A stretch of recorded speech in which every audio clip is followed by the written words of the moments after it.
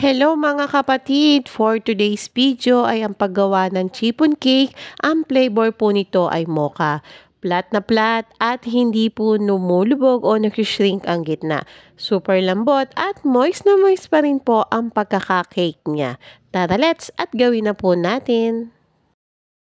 Una kong gagawin dito ay magtimpla ng coffee mixture. Paghahaluin lang natin ang hot water at ang pure coffee powder. Haluin lang natin hanggang sa matunaw ang coffee powder sa hot water at iset aside po muna natin to.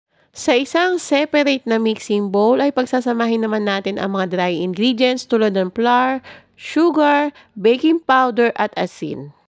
Haluin lang natin ng maayos sa mga dry ingredients. Lagyan lang natin ng konting space sa gitna at isusunod na rin po natin ilagay ang egg yolk, vanilla essence, coffee mixture at ang oil. Haluin lang natin ang egg yolk mixture ng dahan-dahan hanggang sa wala na po tayong nakikitang buo-buo na flour at iset aside uli po natin.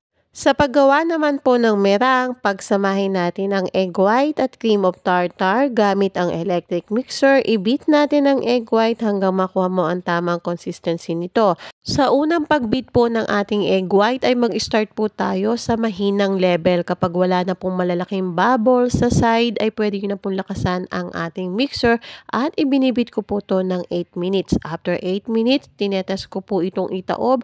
Kapag po ito ay dahan-dahang matatapon, hindi pa po pwede ang ating egg white. Pero pag ganito na po katatag ang egg white ay pwede na po natin yan i-stop, i-mix.